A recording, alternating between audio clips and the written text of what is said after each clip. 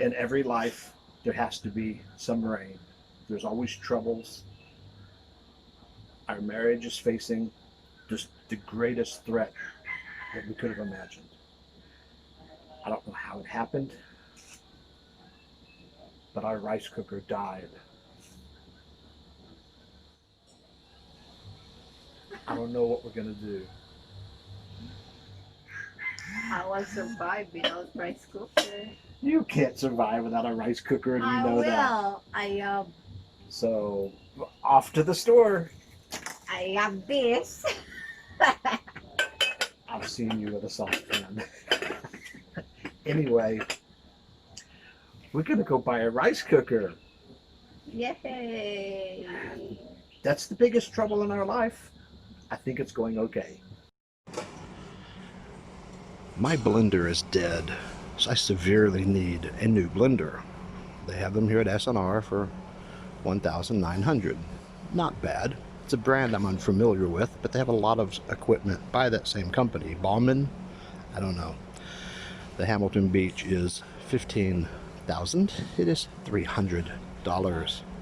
That's like a Vitamix. I would love that, but I can't do that. But my blender is dead. My turbo oven, the little glass bowl oven, has a big crack in it, so I should not be using it. So that needs to be replaced. And I really want a pressure cooker. So what am I getting today? A toaster. I've been wanting a toaster for a long time, man. And that's my purchase for today. Now I need to buy some bread. Toast. It's the simple things in life that get you through the day.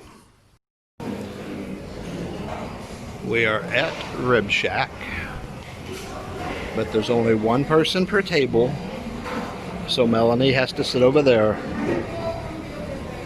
Hey Melanie, say hello. There, see? It's a weird way to eat, but it's what we have now.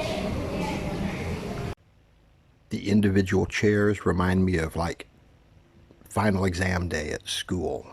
But the ribs are good, so it's worth it. We made it home from the store.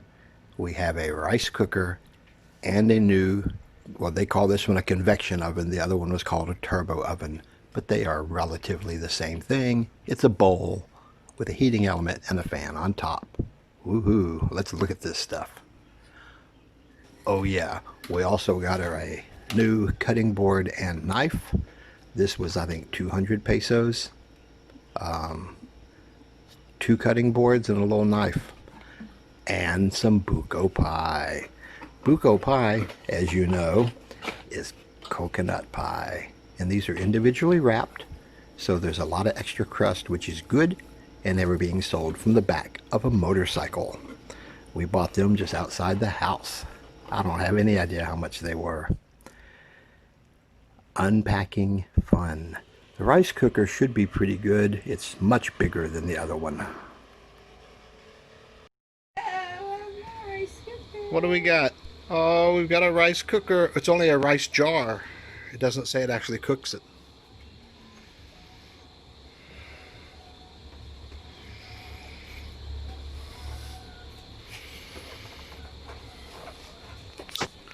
You let me then.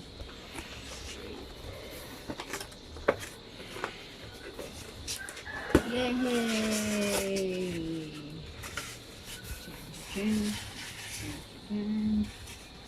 Reyna ng rice cooker.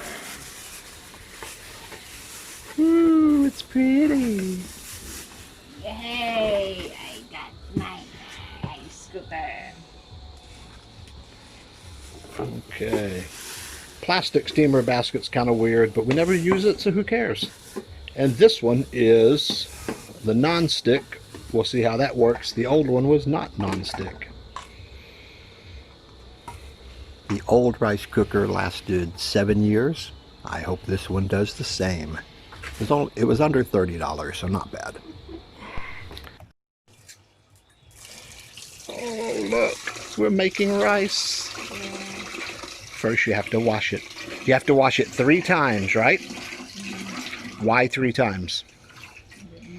Just because? I just wash it 2 times. Okay. Everyone I know says their mom said you have to wash it 3 times. As long as the water comes out clear. Because during milling, there is a bunch of powder that's left on it. The turbo oven was $40. It was marked $50, but it was on sale, and that confused the clerks very much. The old one was a glass bowl. The new one is stainless. One thing I did like about this is it comes with a lid, and it's got the handles, so this whole thing can come out and be used as a serving piece. So that's kind of neat. One thing I don't like about it is it's really thin, but it's not ever supposed to go on like the stovetop. So as long as it's cooked in this, it should be okay. So you can see this is the top. It's got the little blower and the heating element and all that in it. The safety switch, when it latches down, it will turn on. When it picks up, it automatically turns off. This is the same brand we had before, and that little switch back here is the first thing that went bad on it. Luckily it failed in the on position, so it just would stay on. If it failed in the off position, I would have to have pulled this apart and wired around it. Hopefully the switch lasts longer on this one. Timer, temperature, it's all there. They don't heat as fast or as well as everyone says. It's supposed to cook so much faster, and you cook at lower temperatures, and I find that completely wrong. I cook this, everything's got to be cranked way up, and it cooks longer. I don't know. That's what the other one did. We'll see how this one does. Since they are the same brand, I expect it to be pretty similar. I think this is a larger bowl. Is this a larger bowl, you think, than the other one? No, I think it's larger. We'll see. The new one is the same brand. I hope it's better. This old one never did cook right. It was always bad. And the safety switch and the handle that turned it off failed really quick. But the worst thing was you had to crank this thing up to full heat and run it a long time, and it just never cooked well. So I thought it was just a terrible concept, but apparently it was just a bad product. What happened to it, unfortunately, is before we had this shelf built, the spices were just sitting down here, and one fell. And I found a big chunk of glass on the counter, but no spice. So it's like the bottle didn't break. I'm looking all over because it's a giant chunk of glass, and the bottle's not broken. Unfortunately, it was a huge chunk of glass missing out of the glass bowl. And there was a short crack, an inch or two. I looked online and I couldn't find any type of epoxy or sealer that would work on the glass but be food safe. So we just kind of let it go, and eventually the cracks got longer, spread over, started going up. And one day we found this on the counter because it just eventually broke completely out. And we figured, well, when it first got cracked, we should probably have replaced it, but we kept using it as the crack got bigger. But this is no longer usable, so we had to get a new one. The stainless steel bowl is thin and flimsy, but at least it won't break if we drop anything on it. We did get the shelf built for the spices, so at least they won't fall. It's always something, isn't it? Ooh, you can see that light. It's just an electric heater, so this thing's got to use just a crap ton of electricity. We're going to let it burn for a minute because they come coated with some oil, and I want it to burn off and stink while she's not here. She's outside. Most burner elements come with a little oil coating. The gas usually has more than the electrics would, but there's usually a little coating of some kind that burns off, and it smells funky when you first turn it on. I put my oven thermometer in there to test it. I don't guarantee the accuracy of the oven thermometer, but I'm trying to check the accuracy of this oven, so we'll see how they compare. It turns out the lower temperatures worked. I set it on 150 Celsius and it turns off at 150. I set it to 175, it turns off at 175. But then the setting of 200, it turns off at 225. 250 turned off at 300. We got to be careful on the higher temperatures, but this one seems to cook like they're supposed to.